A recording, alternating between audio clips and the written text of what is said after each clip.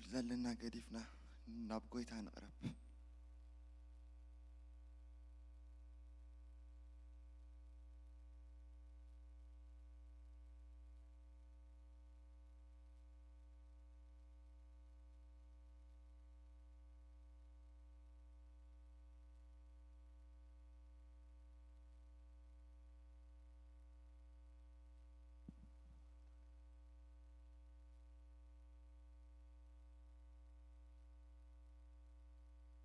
قويتها تمسكن قويتها تمسكن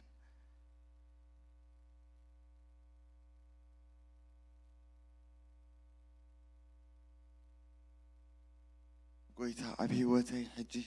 لو تقبر نسخات غيري خانه والله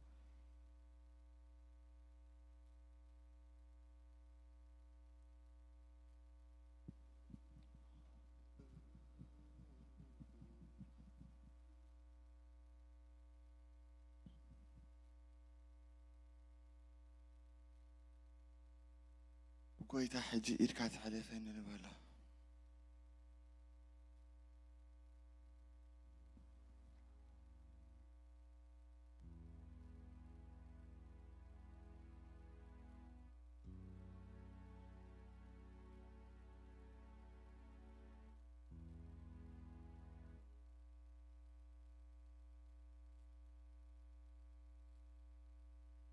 قويتها بفولي كتبت حن لومي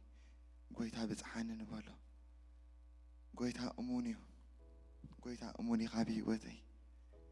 تدليني إخا حلفين نبالو نقويتها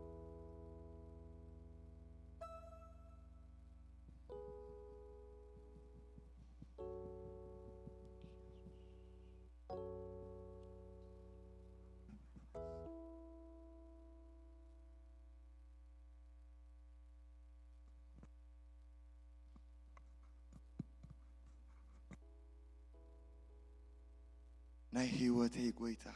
ناي هوتي مراحي كبره بك هاللغو تمسكن نبالو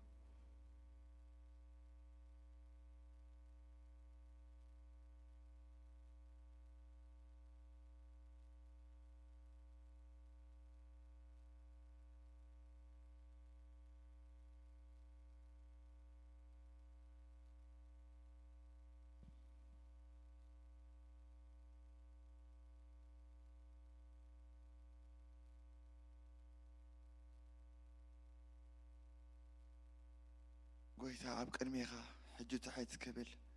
قويتها تقاب زحلين بولو انت تحسنا ايه قويتها خبرنا نازقل سلاذا عبق الميخا تحيت كبل رد عنن بولو قويتها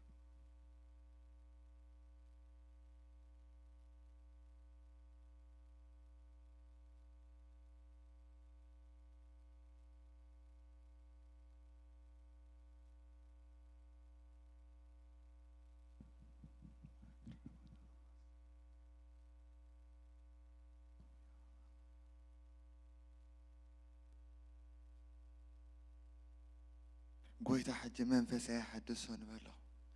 منفساوي هيوتنا انت عبرت عيسقاوي هيوتنا خطبق زغل سلاذا منفساوي هيوتي قويتها عبرها بالروح أنك أحيون بولو لومي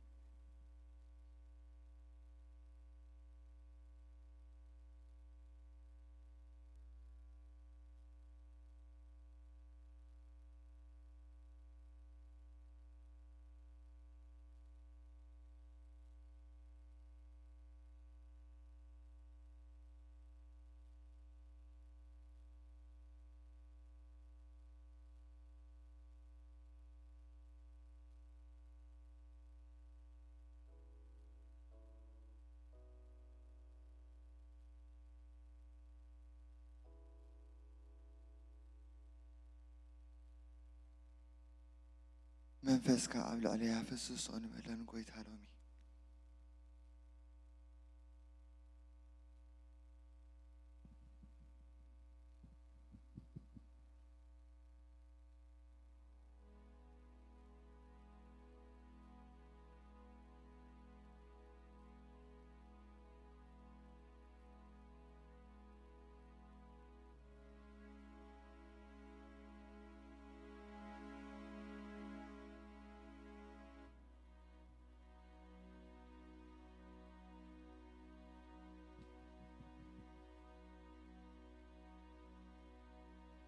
ጎይታ ንስኻ ከኣለ ኩሉ ኢኻ እሞ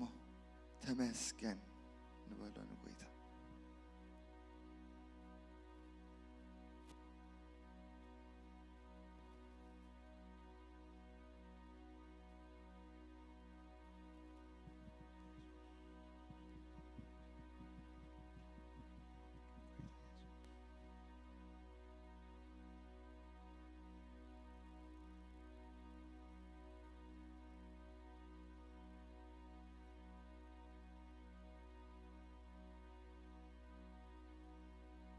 ጎይታ ንስኻ ንእስነተይ ሕለፎ ንበሎ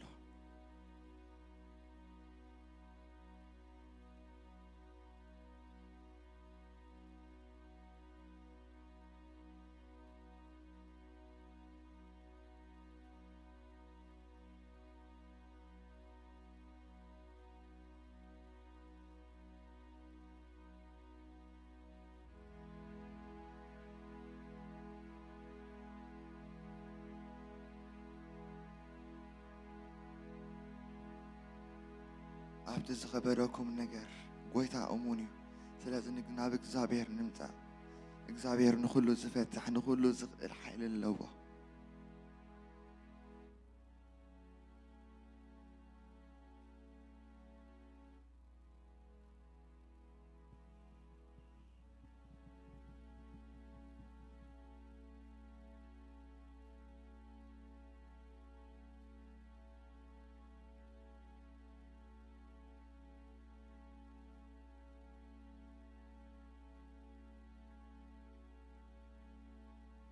ንምስክርነት ክኸውን ጎይታ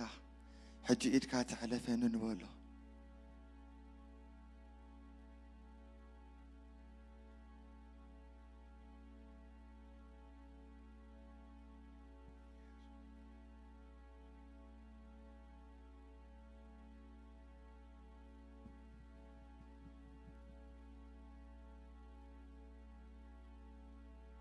ንኩሉ ምእንቲ ክኽእሎ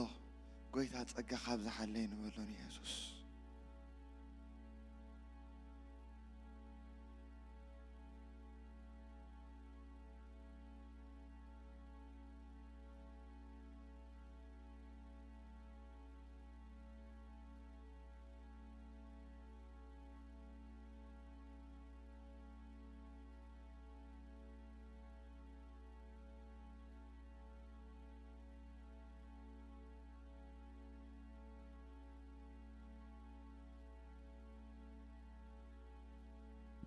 ስለ ጸጋኻ ስለ ዘይውዳእ ምሕረትካ ጎይታ ሕጂ ክብሪ ህበካ ኣለኹ ተመስገን ንበሎ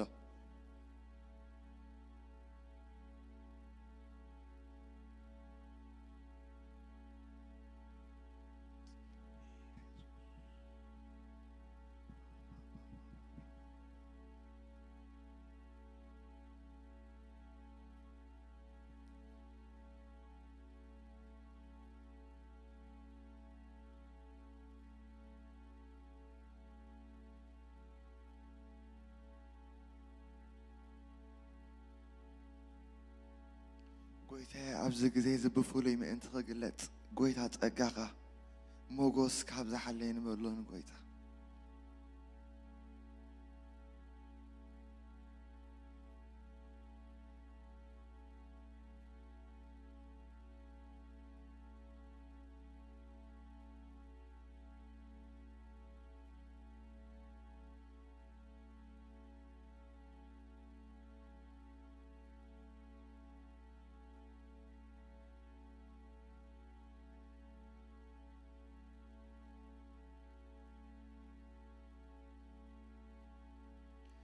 ጎይታ ኣብዚ ዘመን እዚ ጎይታ ንስኻ ኣርኣያ ክትከውን ኣባይ ጎይታ ኢየሱስ ንስኻ ሕለፈኒ ንበሎ ሎሚ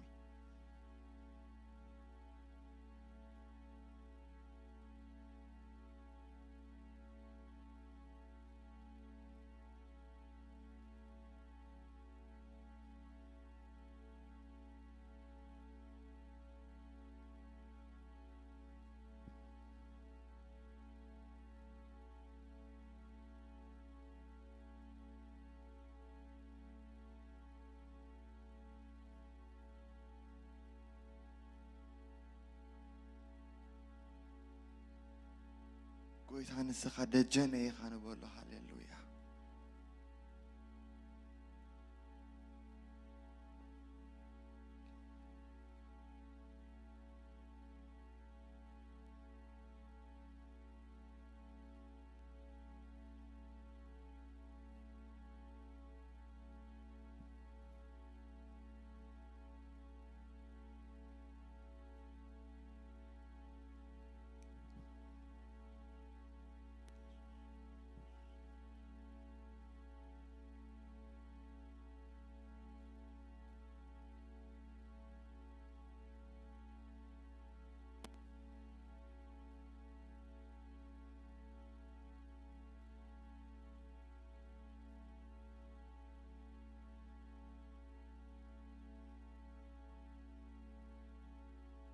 ጎይታ ንስኻ በይንኻ መወዳደሪ ዘይብልካ ስልጡን ኣምላኽ ኢኻ ንበሎ ሃሌሉያ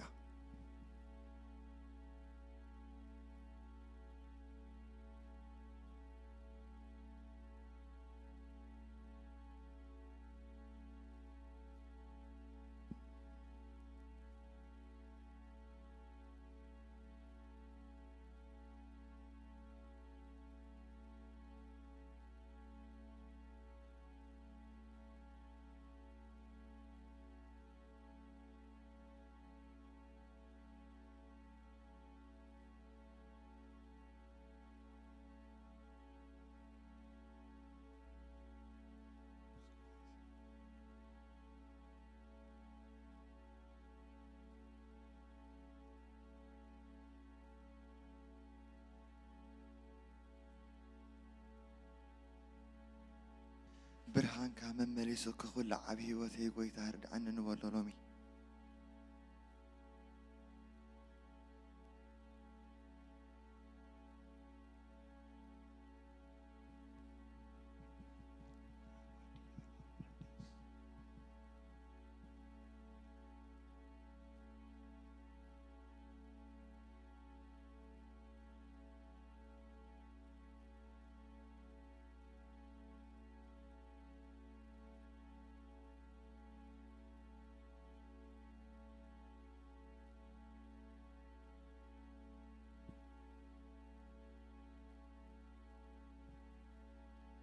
ኣእጋረይ ሎሚ ንኽብርኻ ይፈታሕ ንበሎ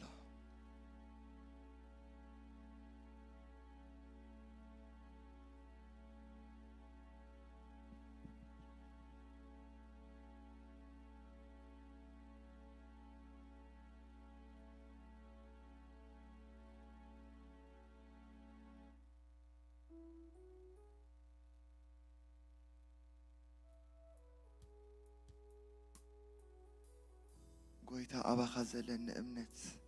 ጎይታ ሎሚ ኣሓድሶ ንበሎ ንጎይታ ሎሚ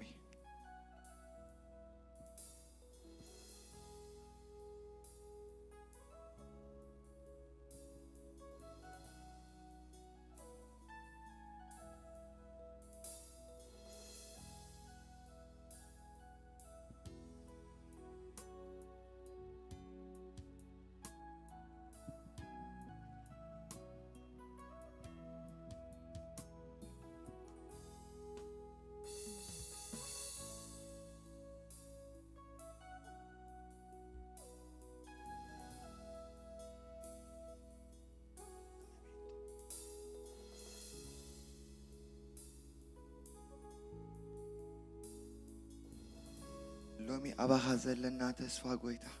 ብሽም ኢየሱስ ይወስኽ ንበሎ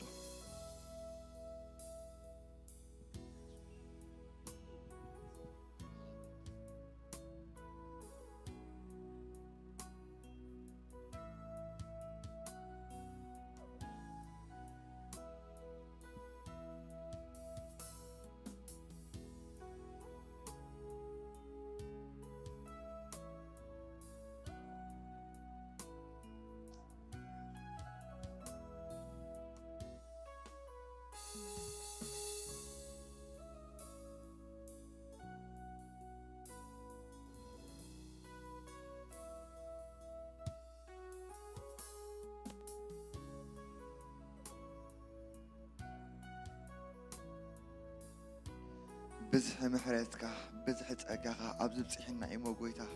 سمك هنبارك الله نعنبلو قويتا اللومي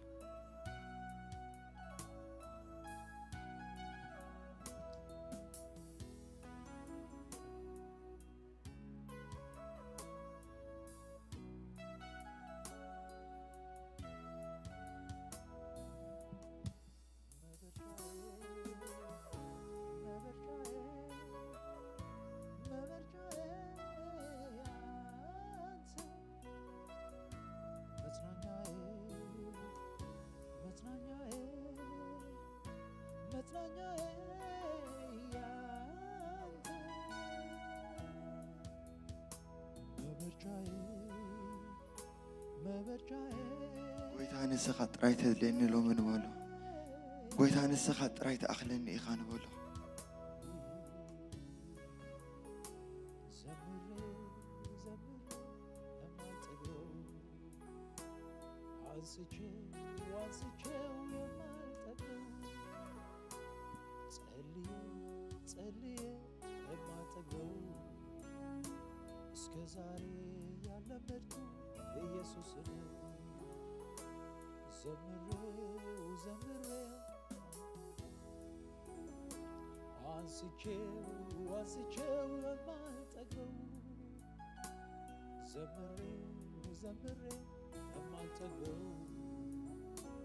እስከዛሬ ያልጠገብኩት ኢየሱስ ነው። እስከዛሬ ያለመድኩት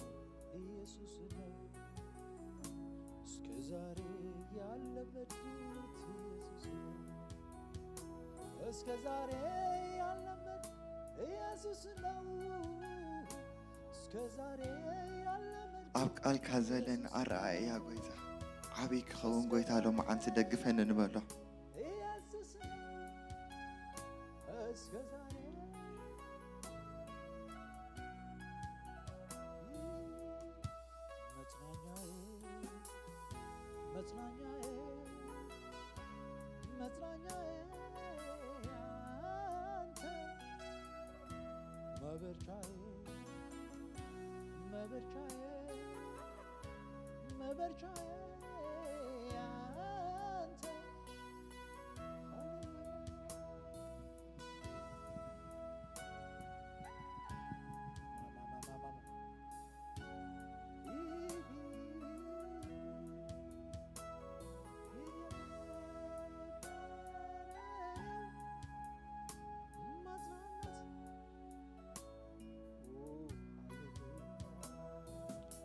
ما أنتي كفكر كالقويتا رجع أنا نبله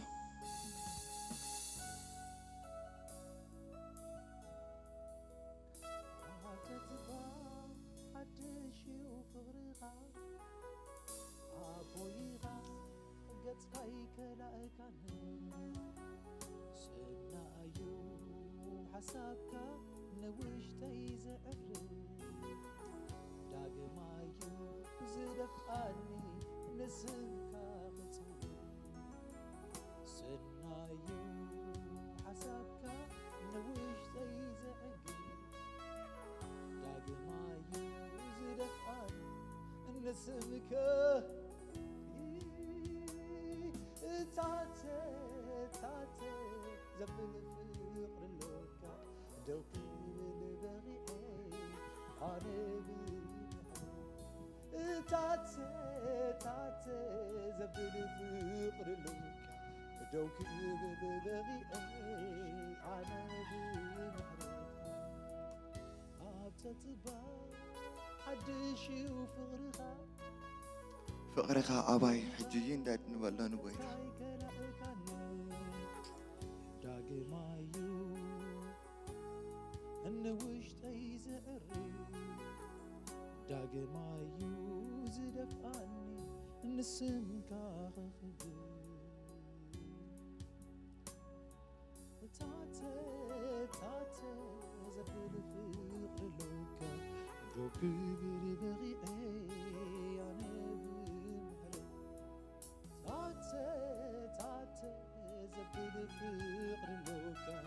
دوكي بغي عادس ماما እትሓያ ዓብነገ ገይሩለይ ዘኪርዎ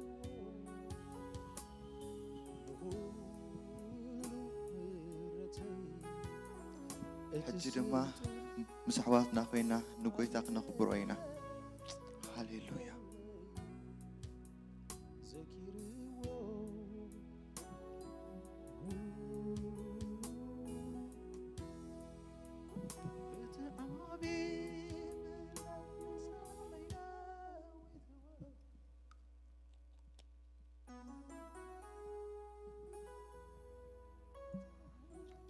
ሃሌሉያ መንፈስ ቅዱስ ሃሌሉያ ሃሌሉያ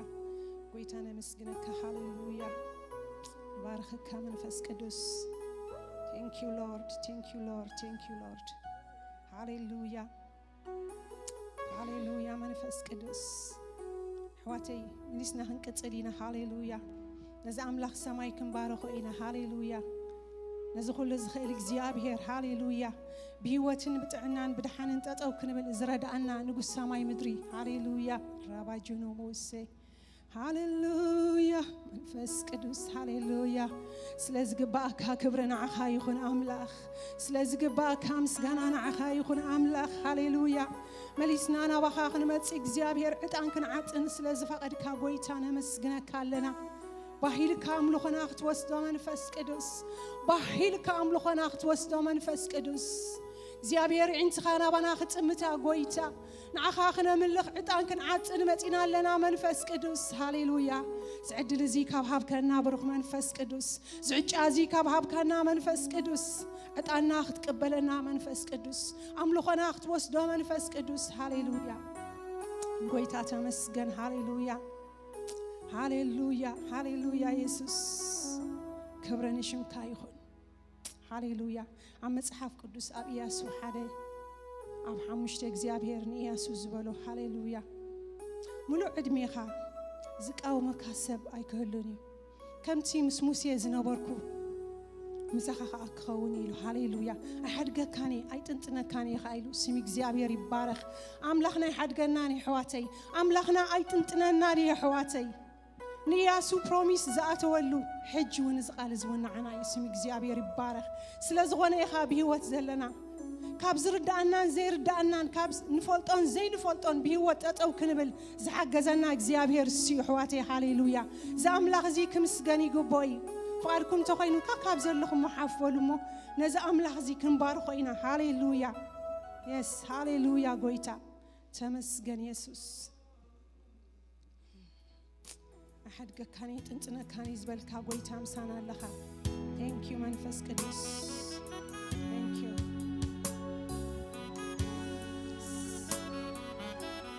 yes hallelujah راباجينا موسى كلبي hallelujah يسوس hallelujah منفس قدوس أحدك كمن تنتنا كمن يزبل كاملاخ الله ما كلنا الله بهلا ونت كمنفس قدوس الله خاص لزلها بهوت لنا قويتا thank you Lord thank you منفس قدوس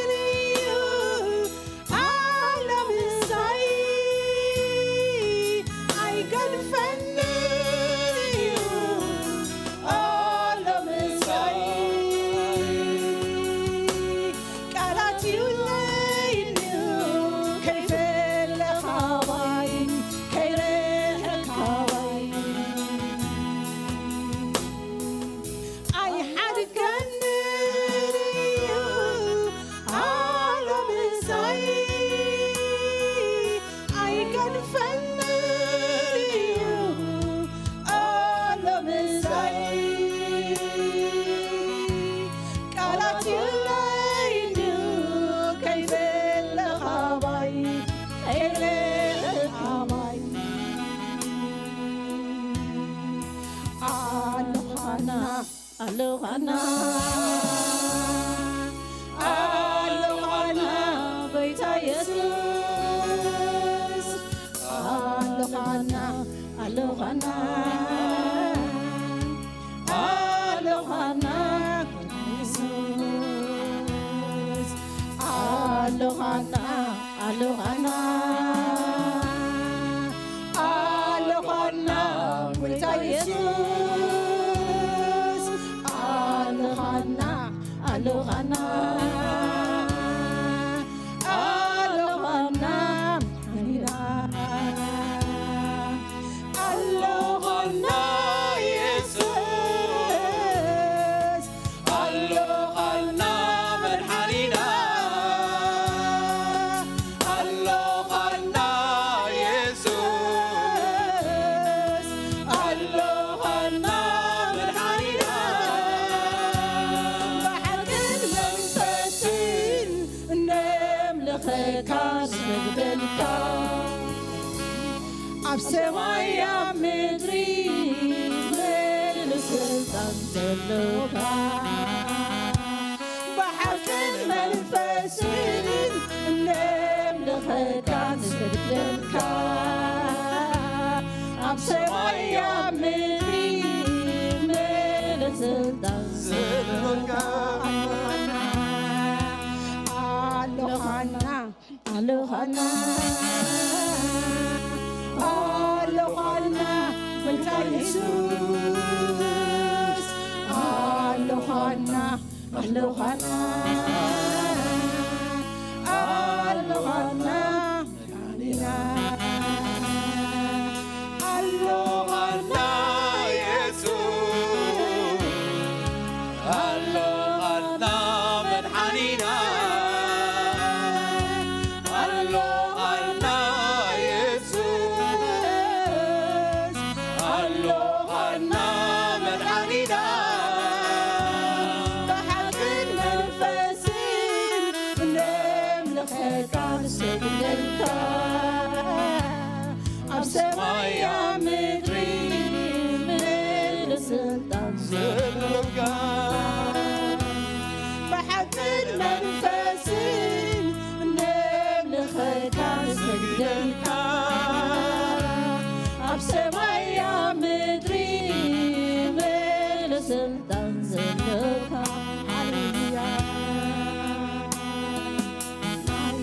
ወተይ ጎይታ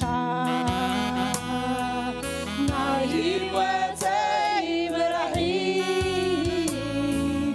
ናይ ህይወተይ ንጉስ ጎይታ ኢየሱስ ጎይታ ኢየሱስ እምልኸካ እባርኸካ ኢየሱስ እወድሰካ ልዕል ልዕል ልዕል ንብለካ ናይ ህይወተይ ጎይታ ናይ ህይወተይ መራሒ ናይ ህይወተይ ንጉስ ጎይታ ኢየሱስ ጎይታ ኢየሱስ እምልኸካ እባርኸካ ኢየሱስ እወድሰካ ልዕል ልዕል ልዕል ንብለካ እታ ኒዓኻ ዝበለት ኩላ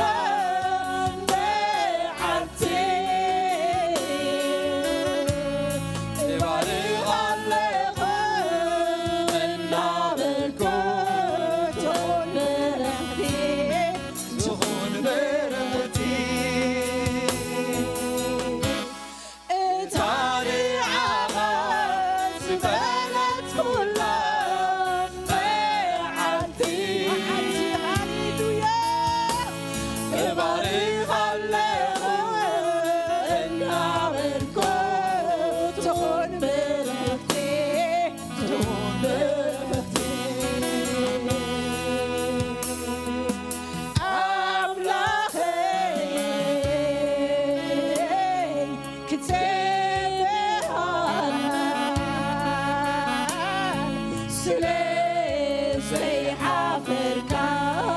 ስምካ ይኽበር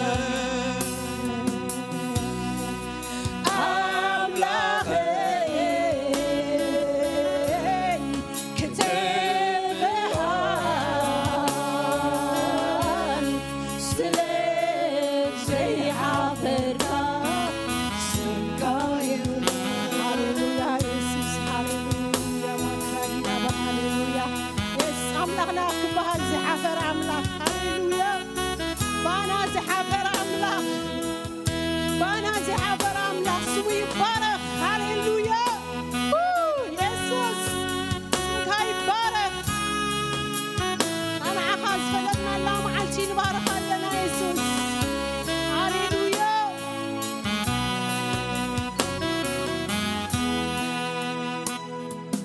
ኣለኻና ኣለኻና ጌታ ኢየሱስ ኣለኻና ኣለኻና ኣለኻና ኣለኻና ኣለኻና ኣለኻና ኣለኻና ጌታ ኢየሱስ ኣለኻና ኣለኻና ኣለኻና ኣለኻና ኢየሱስ ኣለኻና መድሓኒና ኣለኻና ኢየሱስ ኣለኻና መድሓኒና ብሓርክን መንፈስን መምልኸካ ሰግደልካ ኣብ ሰማይ ኣብ ምድሪ ብልን ስልጣን ዘለካ ብሓርክን መንፈስን መምልኸካ ሰግደልካ ኣብ ሰማይ ኣብ ምድሪ ብልን ስልጣን ዘለካ ቅትር ሰርተህ እኔ ንቀበል እንዳይኔ ተጠንቀቅ አቤት ጥበቃ ጥበቃ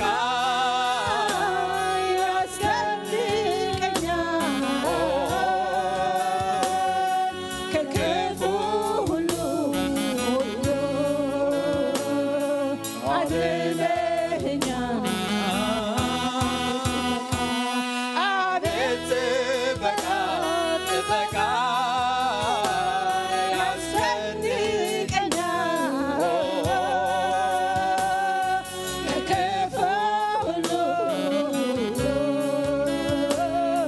አድነኸኛል አቤት ጥበቃ ጥበቃ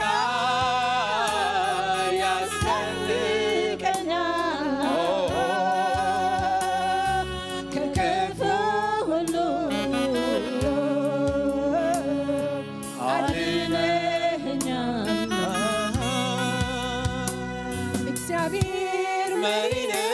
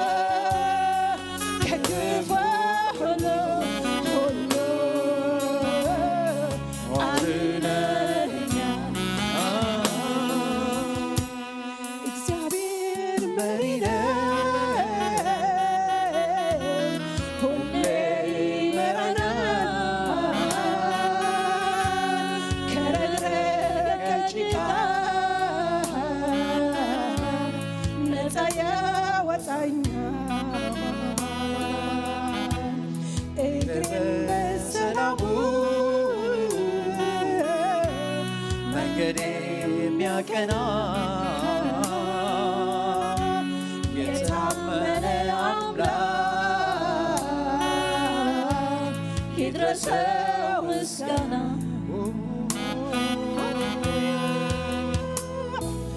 አሎኻና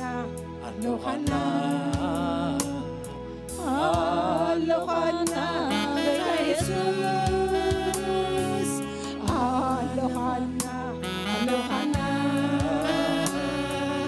አሎኻና አሎኻና ኢየሱስ አሎኻና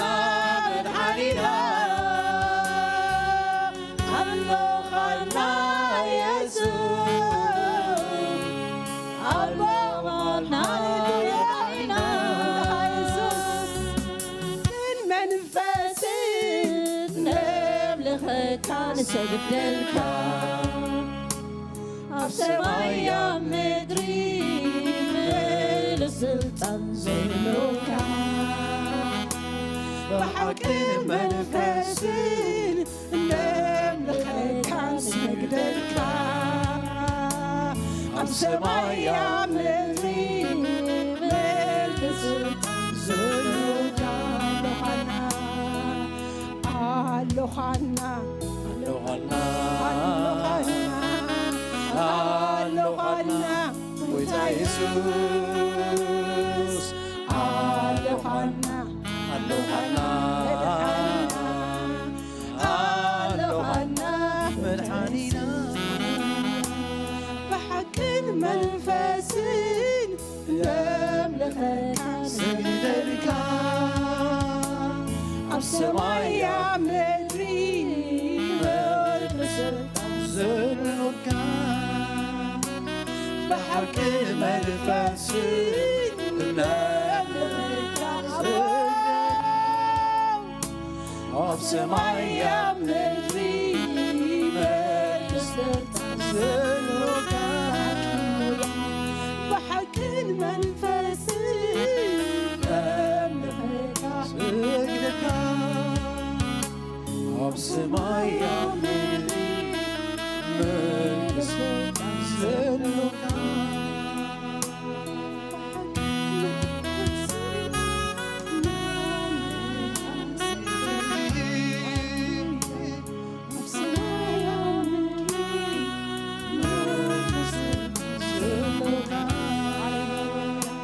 ሃሌሉያ ብሓቅን ብመንፈስን ክስገደሉ ዝግባእ ብጀካ ጎይታ ኢየሱስ ካል የለን ሃሌሉያ ክብሪ ኩሉ ንዑ ይኹን ስሙ ይባረኽ ሃሌሉያ ደጊምና ክነመስግኖ ኢና ሃሌሉያ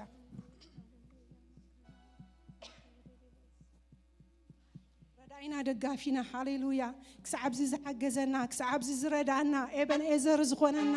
ሃሌሉያ እዚ ኣምላኽ እዚ ክነመስግኖ ይግባእ እዩ ሃሌሉያ ክብሪ ንዓኻ ኢየሱስ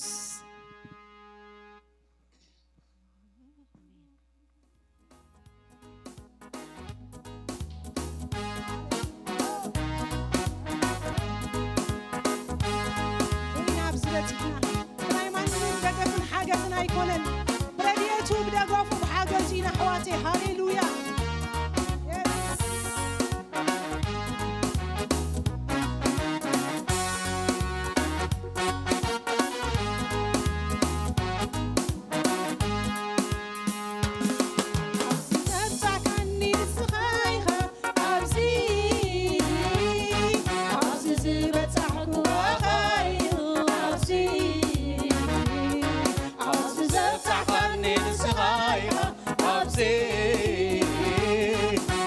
ዝበፅሕኩ ባኻዩ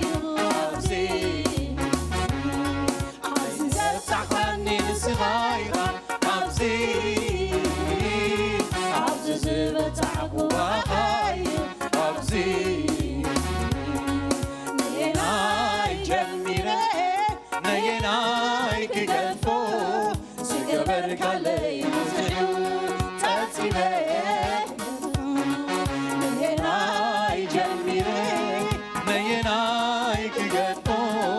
ዝገበርካለይ ብዙሑ ፀፂበ ምስጋና እዩ ዘለኒ ንዓኻ ስለቲ ሰናይካ ምስጋና እዩ ዘለኒ ንዓኻ ስለቲ ፅቡቕካ مسكانا يزلوني نعخ سلتي سنايك مسكانا يزلوني نعخ سلتي سلتي سلتي سلتي سلتي سنايك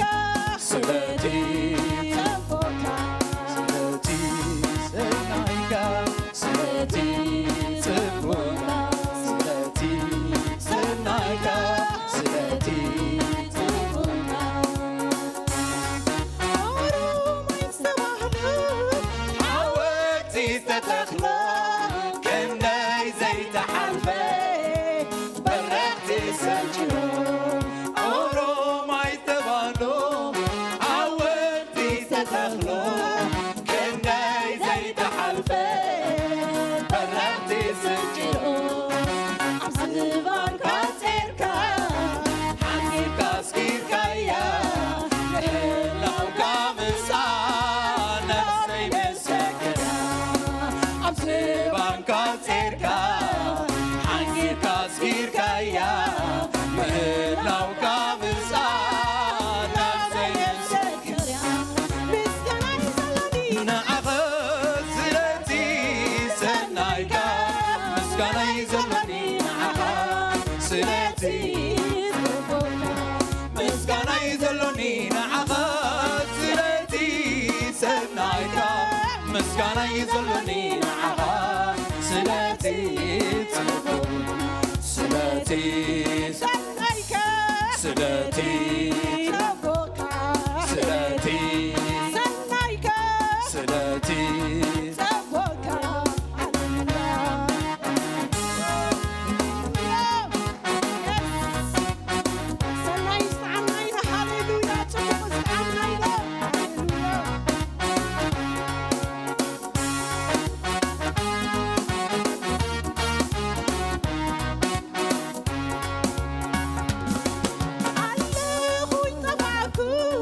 وقايو تغفلوني حيزو يستغنن هتيرك رتسلمي علقو يتفاقون وقايو تغفلوني حيزو يستغنن هتيرك رتسلمي موتي انت وري تميتو تلاقي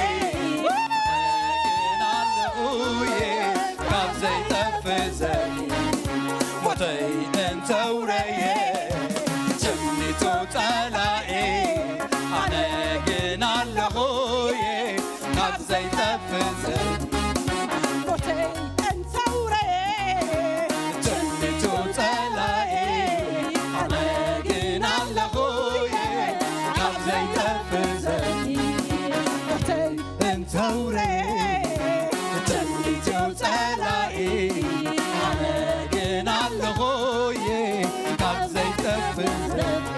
عززت صحني لصغيرها عزز بتعك وغاي عزز بتحتني لصغيرها عزز بتعك وغاي عزز بتحتني لصغيرها عزز بتعك وغاي أورو ما يسبحلو عودتي تتخلو كناي زي تحلفي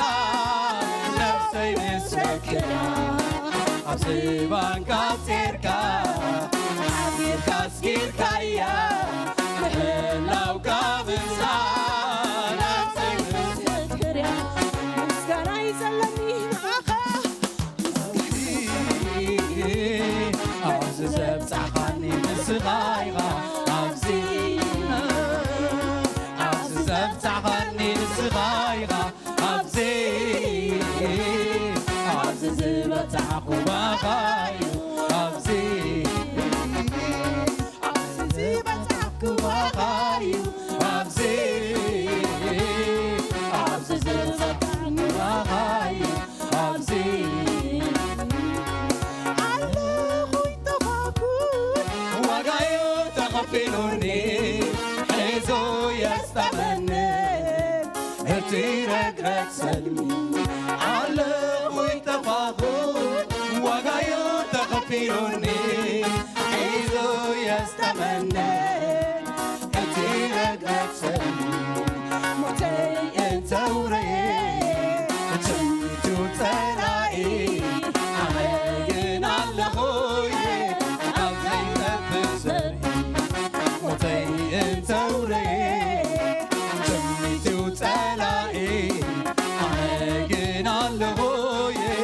عبزي تفزري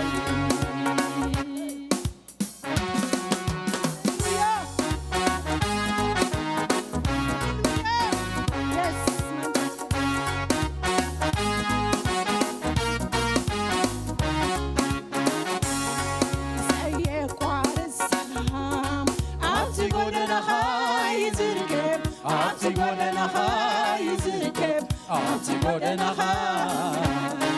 زي قار السلام عبتي قولنا خاي زركب عبتي قولنا خاي زركب عبتي قولنا خاي نحاب قدمي يجهز انتاي كي كوني انتاي كي كوني سلامي مليون عارفة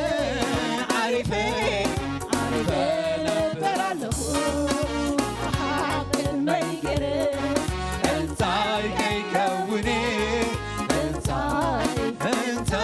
انتاي كي كوني سلامي مليون عارفة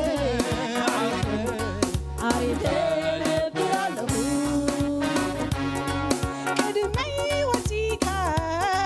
دنكل ستفنو الزبل بحسقون عزطات حلي عسر سقوم تخا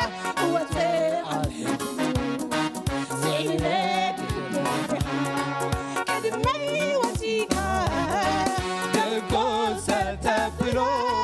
الزبل عزطات حلي عسر سقوم تخا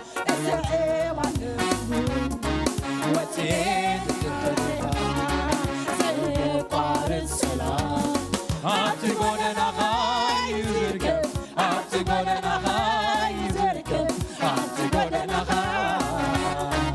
زي قار السلام عبتقولنا خاي زركب عبتقولنا خاي زركب عبتقولنا خاي زي قارص حبوس عبتقولنا خاي زركب عبتقولنا خاي زركب عبتقولنا خاي حاب قدمي يجهز انتاي كي كوني انتاي كي كوني يسوس زل حيونا سلامي مليون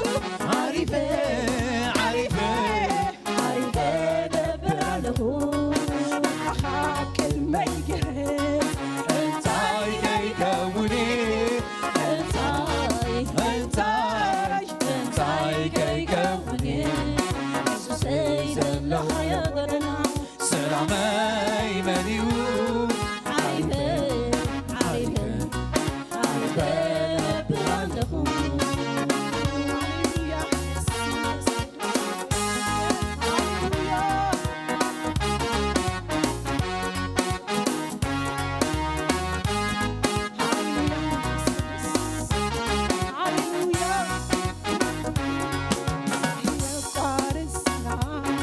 عبتقولنا خاي زركب عبتقولنا خاي زركب عبتقولنا خاي زي قارص حبوس عبتقولنا خاي زركب عبتقولنا خاي زركب عبتقولنا خاي زحفان بسي عرفان تدلالي يا كسينال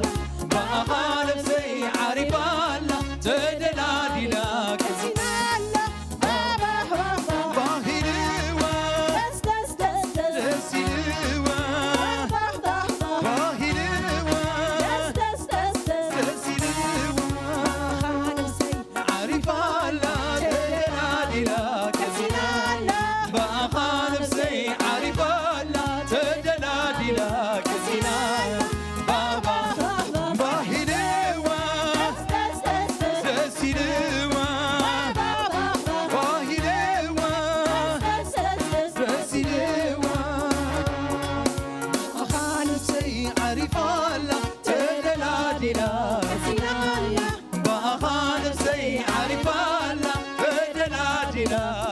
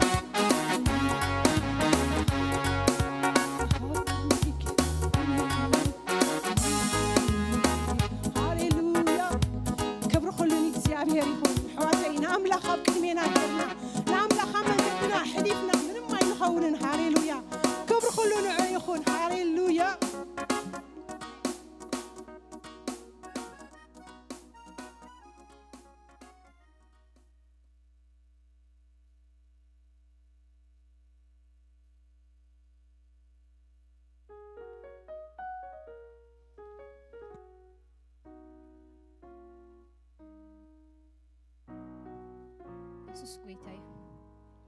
ስለታ ምድርና ከንጸሊና ንሽተይ ዳዋ እንታይ ብለና መጽሐፍ ቅዱስ አንቲ እግዚአብሔር ስናቤ ናብ ጻድቃናት ይሎ እዛኑ ኸ ናብ ጸሎቶም ይልና እስከንጽ አንቲ እግዚአብሔር ናበይን ናባናይን እስከ ብምድርና ሕለፍኩኑ ብለና በሳዚ በሰማርያ ምሕላፍ ታይሎ ግድን ኮኖ በቃ ጽሑፍ ነዘክሮ እስከነዝቦ እንዳ ተረዳና በቃ ንህዝባ እንዳ ሐሰብና ንመሬታ እንዳ ሐሰብና እስከንጸሊ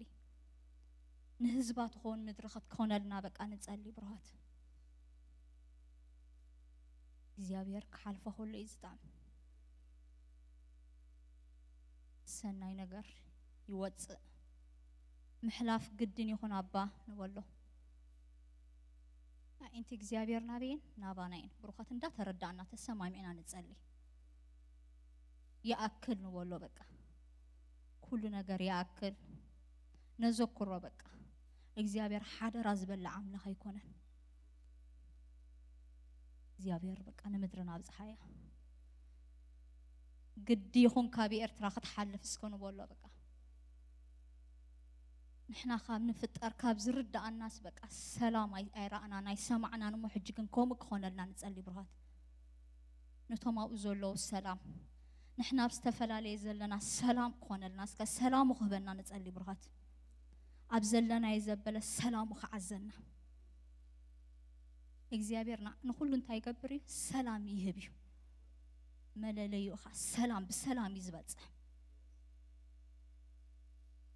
انت تسمع معكم ይልናዩ ዳ ተሰማ معنا በቃ አነ ሰላማ ይደልይ እስከኑ በሉ ጽቡቅ ነገር ካብ አከወጽ ሲደልይ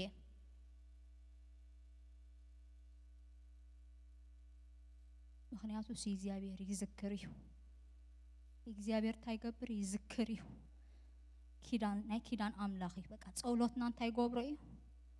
ይሰምዑዩ አንቲ እግዚአብሔር ናባና ጸሎት ናብ ጸሎት አዛኑኻ ናብ ጸሎት ናይ በቃ ነተሰማ አምላኽ ሎም እንተኸን ጎብሮይና በቃ بصحنا خنبلينا أملاخنا استيلو إذن اللو يسمع أنت اللو يرئيو يسوع قويتاي بحبار كوينا بقى نجزيابير كنبارو خوينا بروح زهون كاي جزيابير أملاخنا بارخا كالنا ጸሎትና አብኻ ስለስተሰምዐ መልስ ጸሎትና እውን ስለዘሎ ንባርኸካ ኣለና ታምድርትያ ስለትፍወስ ንባርኸካ ኣለና ኣብ ዘበናትና እውን ፈውስ ስለንርኢ ነመስግነካ ኣለና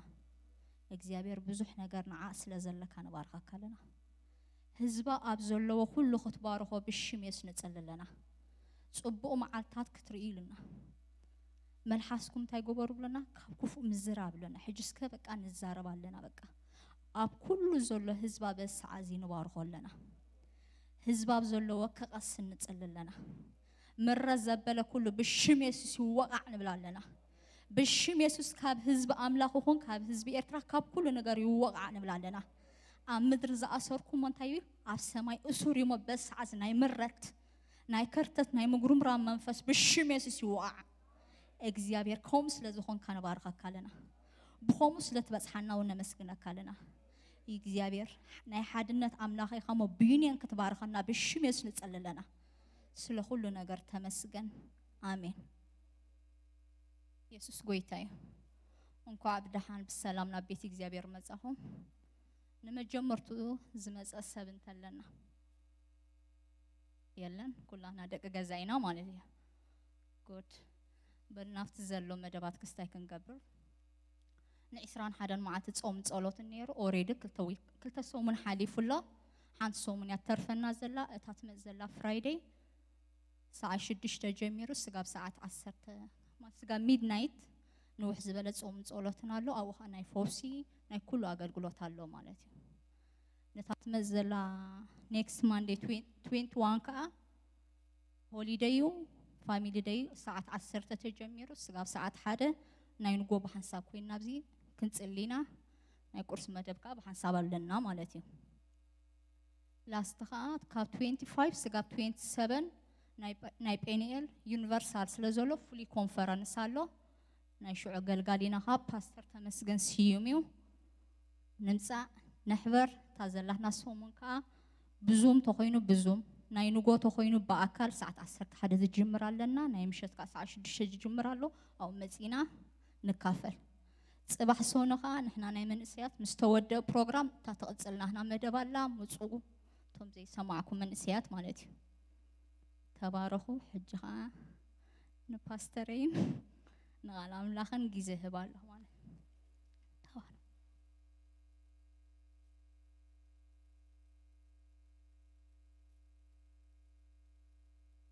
እግዚአብሔር ይመስገን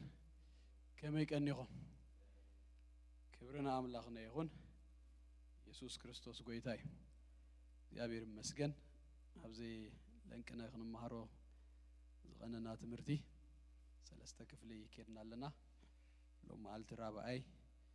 ንሕጂ ድማ ክንዛዝሞ ኢና ኣብዚ እግዚአብሔር ይመስገን ኣብ ካልእ ግዜ ድማ ንቕጽሎ ብዛዕባ መንነት ወይ ድማ ኣብ ክርስቶስ ኢየሱስ ዘለና መንነት ኢና ንርኢ ስለዚ ክንርኢ ቀኒና ሎም መዓልቲ ከም ዝበልኩኹም ከም መደምደምታ ነዚ ሰለስተ ሰሙና ዝተምሃርናዮ ራብዓይ ክፋል ሎሚ ክንርኢና እግዚአብሔር ይመስገን ክፍትኔ ኣፀር ኣቢለ ከካፍል እሞ ዳሕራይ ምስ ወዳእና እቲ ማለተይ ስብከት ኣነ ምስ ወዳእኹ ውጌርና ንኸይድ ደይኮንና ብድሕሪት ኣብተን ትሪወን ዘለኹ ሰርክል ኮፍ ኢልና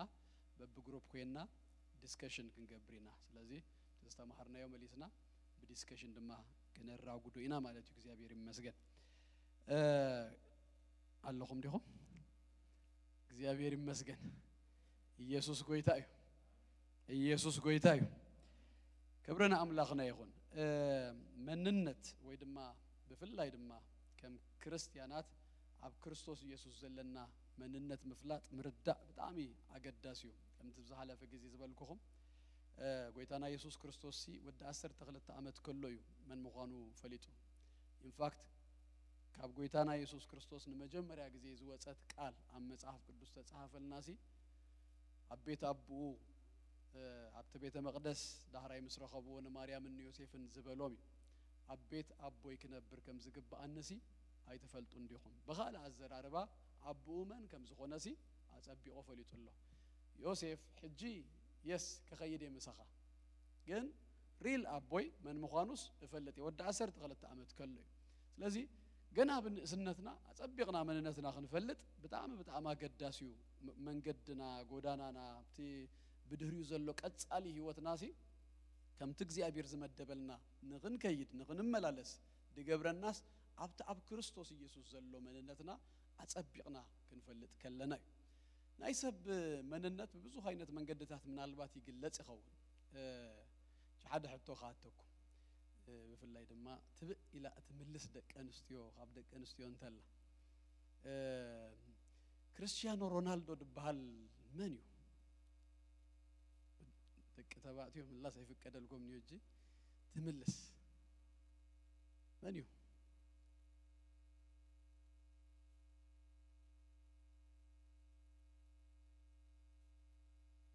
أولي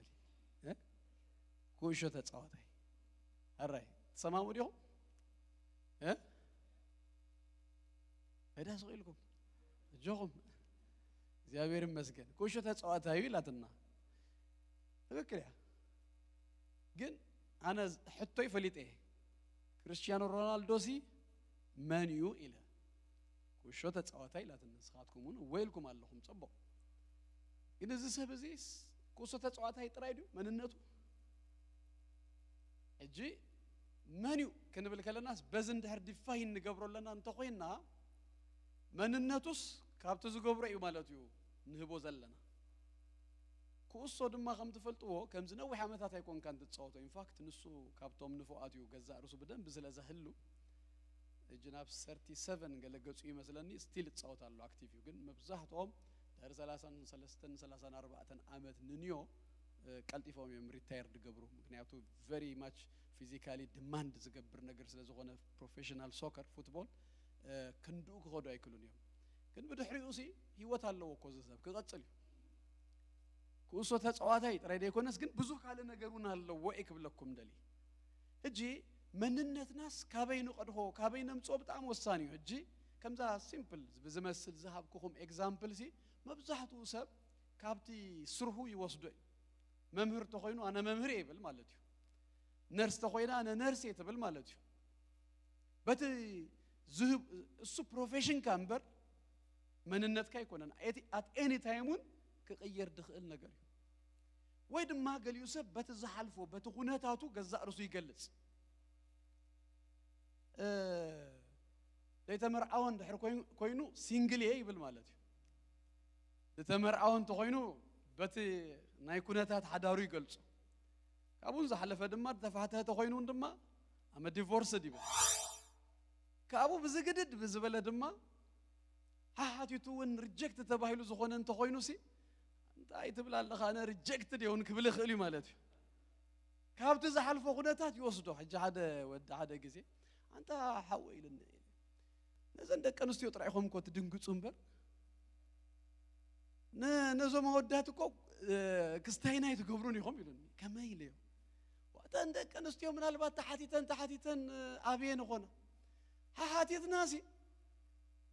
ቀይ ሕዝተዋበና ሪጀክት ዝተባሃልና ግን ብዛዕባና ግን ብዙሕ ጸሎት ከለ ገለ የለ ግዳይ ብለኩም እዩ እጂ ሃሃቲቱ እምቢ ስለዝተባሃለሲ ካብቲ ዝሓልፎ ኩነታት ታነጥበ ይሃዞኒ አመ ሪጀክትድ አነ እንድሕር ክብል ካብቲ ኩነታት እንድሕር ከምኡ ኢሉ ይወስዶሎ እንተ ኮይኑ ካብቲ ትክክለኛ ቦታ ዘይኮነስ ካብ ጉጉይ ቦታስ ንመንነቱ ይቀድሃል ካብቲ ስራሕካ መንነትካ ይቀድሃን እዩ ካብቲ ተሓልፎ መንገዱን አይቀዳህን እዩ መንነትካ ካበይ ዝቀዳህ ካብ ቃሉ ጥራይ አለኹም ዲኹም መንነት ናይ ክርስቲያን መንነት ናተይናትኩም እንሲ ብነሓልፎ ካብ ስራሕና ካብ ገለ ደይኮነስ እቲ ክርስቶስ ዝበለና ቃሉ ዝበለና ጥራይና ካብ ወፃኢ ዘበለሲ ክንቅበል አይግባአናን መጽሐፍ ኤፌሶን ኢና ዝበዝሕ ሪና ማለት እዩ ኢንፋክት ከምዝን ዳገበርኩ ወሲደኩም ምዕራፍ 2 ኣብቶም ቀዳሞት ክፍልታት ሪና ዳህራይ ዝሓለፈ ሰሙን ናብ ምዕራፍ 1 ይመሊሰኩም እንጂ ድማ ክዛዝማ ከሎ ንግዚኡ ከም ዝበልኩኩም ናብታ ምዕራፍ 1 ቁጥር 1 ከማነ እዩ ናይ መጀመርያ ክፍሊ ናባኽን ከይዲናሞ ካብኡ ዘሎ ክልተ ሓረጋት ካብኡ ድማ ብፍላይ ነታ ሓንቲ ቃል ኣትኩርና ሓንቲ ወርድ ክንርኢና ሕጂ መጽሐፍ ኤፌሶን ሪኢኹም ብጣዕሚ ብዛዕባ መንነት ብዝመፀ ብዛዕባ ክርስቶስ ኢየሱስ ዘለካ መንነት ብዝመፀሲ ከኪድና ክነንብቦ ከኪድና ክነጽንዖ ከኪድና ነጥቃል ክንህዞ ኣነ ከምዚ ክንብል መታንሲ ተመንነትና ቢውልድ ክንገብር መታን ከኪድና ክነንብቦን ክነጽንዖን ክንሕዞን ዝግባአና መጽሐፍ እዩ ለመጽሐፍ ኤፌሶን እንታይ ኢሎም ገልጽዎ መስለኩም ብዙ አይነት መንገድ ገልጽዎ እዮም ናይ አመንት ባንክ ይብልዎ ርስቲ ናይ ቅዱሳን ይብልዎ ባንክኻ እዩ ርስትኻ ሀብትኻሲ ኣብ መጽሐፍ ኤፌሶን ኣሎ አምላኽ በክርስቶስ ኢየሱስ እንታይ ከም ዝገበረካ እንታይውን ከም ዝገበረልካስ አጸቢቁ ዝምህር አጸቢቁ ዝነግር መጽሐፍ እዩ መጽሐፍ ኤፌሶን ሀብትኻ እንደህርደ ይፈልጥካዮ መንነትካ እንደህርደ ይተረዲእካዮ بزيكون من النت كتنبريها at the end of the day دماس انت ايك كون مسلكم ويست سيطان دغاغي ميلكم كابزو كغبرك ددليو نغراسي ابت مننت كخصاوتلك يدلي ابت حسابات كاسي ابت مننت زتزنابله ناتكا زيكون مننت كتحزكا يوزصر جي كريستيان كوينوس نابنت بزو خونه نغرات كحلف كله يسنبلو ادكشن ولا يساق يولو بدما خابو موصا سينو انا غابز ነገር ኮጻ ይከልኔ በቃ ከምዚ አይ አና زي ክርስትና ዝባሃል ህይወትና ብርሃንሲ ከነብሩ አይከልኔ ገለ ኢሉ ይቀበሎኒ አምኖናሎ እንድሕር ኮይኑ ናይ መጽሐፍ ቅዱስ ቃል አይኮነን ናይ መጽሐፍ ቅዱስ ሐሳብ አይኮነን ናይ መጽሐፍ ቅዱስ መንነት አይኮነን ግን ካብተ ኤክስፒሪየንሱ ሰይጣን ድማ ሕሹኽና በሎሲ እንታይ ይገብረሎ የስ ስኻ ሞጽ ይብልካን ስኻዳ ከመይ ጌርካ ናብ ቤተ ክርስቲያን አይገጠም አነ ብዙ ጊዜ አይገጥም ንግንደይ ሰብ ከተረደሲ ብዙ ጊዜ ንምንታይ ቸርች ዘይ መጻኻ ንምንታይ ጠፊቃት ብሎ خلኻሲ ኖ ዝስተኻኸል ነገር አለ ንብለካ እጂ ዝስተኻኸል ነገር ኣብ ገዛኻ አስተኻኺልከዮ ትመጽ እንድሕር ኮይንካ ናብ ጎይታ ሞጎይታ ዳንታ ይልየካሎ እዚ ኮነ መልአኽቲ አኺባ ይኮነን ዝስተኻኸል ዘለዎ ክእረ ዘለዎ ከም ጋራጅ ከም ሆስፒታል ወሰድዎ ኩላትናሲ ቀቁስልና ኩሉ ጉድአታትን ዘሎና ሰባቲና መጺና ግን ኣብ ቤት እግዚአብሔር እንታይ ንኸውን ንስራ ስለዚህ እጂ ከምዚ ገይሩ ክስእለሉ ከሎሲ እንታይ ዝገብሮ ዘሎ ከጥፍኦ መታን ሓደ ዳይ ኮነ ስእሊ ዝህቦ ዘሎ ከመይ ጌርካ ምስ ቅዱሳን እንዳቀየደውካ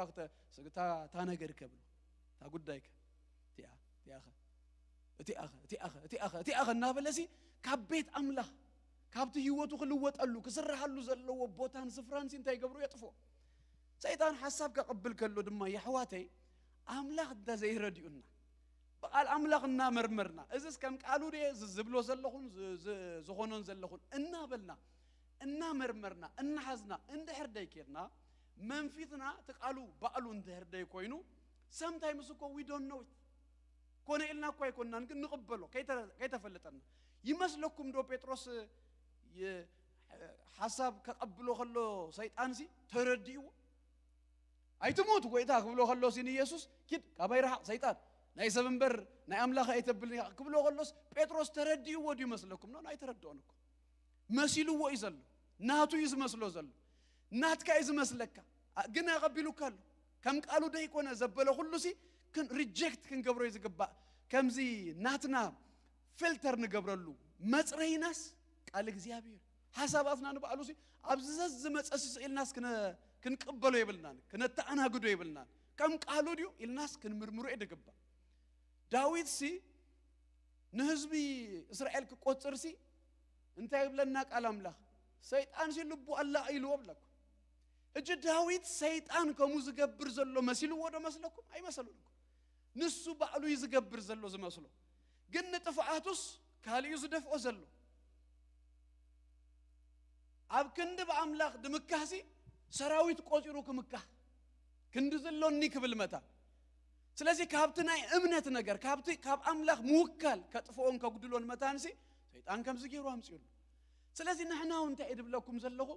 በጣም ኢምፖርታንት ነገር ኩል ጊዜ ክንሪኦ ዝግባአናሲ ስንፍና ከምታ አንተ ይዝበልኩኩም አይነትሲ ከመጽኸሎስ ኢልና ይንቀበሎ ንኻሉን አይነት ገሞ አይንበሎ ከማነ ከም ቃሉ ደይኮነስ አጽሪና በተቃልሲ ኖ ኢና ክንብል ንኹነታትና ይኮንናና አምኑ ንኸዶ ዘለና እወና ይውድቀት ከመስል ኸልዩ ግን ትክክለኛ መንነትካ ግን እሱ አይኮን ኢየሱስ ጎይታ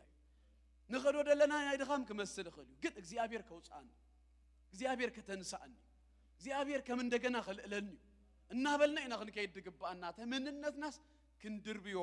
የብልናን እግዚአብሔር ይመስገን መንነቱ ዝደርበየ መንነቱ ዘይፈለጠ ክርስቲያን ሲ ካብ ኩሉ ሰብ ንላዕለሲ ዘደንግጽ ሰብ አንተ ታሪክ ነግረኩ ተፈጸመ ኣብ መጽሐፍ ደንበብኩ ወይ ቅድመ 100 ዓመት ከባቢ ኣብ አሜሪካ ተፈጸመ ታሪክ ቤቲ ግሪን ተባሃል ታሰበይቲ ዳሚ ብዙ ሀብት ዝነበራ ሰበይቲያ ግን ከም ተዘለው ሀብት ደይኮነስ በጣም ብድግነት ያትነበር ንጉሆ ኦትሜል ቁርስ ክትገብር ከላ እጂ ዛ ስኪም ሚልክ ቁርብ ምሽ ተሐስረ ካፕተን ካል ከሐስረላ መታንሲ ቡያ ተጠቀም ስኪም ድዝሆነ ሚልክ ዝቀጥን ጸባ ማለት እዩ ከሐስረላ ይላ just ብጥዕና ገለ ድገብሮ ሰብ አሎ ኻሊ ገለ ነቲ ክሪም ገለ መለኽ ቀንስ እዚ አግን ከሐስረላ ይላ ከሐስረላ እስከሙ ትገብር ካቡ ዝገደደ ድማስ ወዳ እግሩ ሃሚሙስ ዘሐሰረ ሆስፒታል ክደሊ ጊዜ አጥፊአ ዳህራይ ሞዳታስ ወዳስ እቲ እግሩስ ተቆሪጹ እዛ ሰበይት እዚ አግንት ዘሕዝን ታሪኩ እንታይ መስለኩ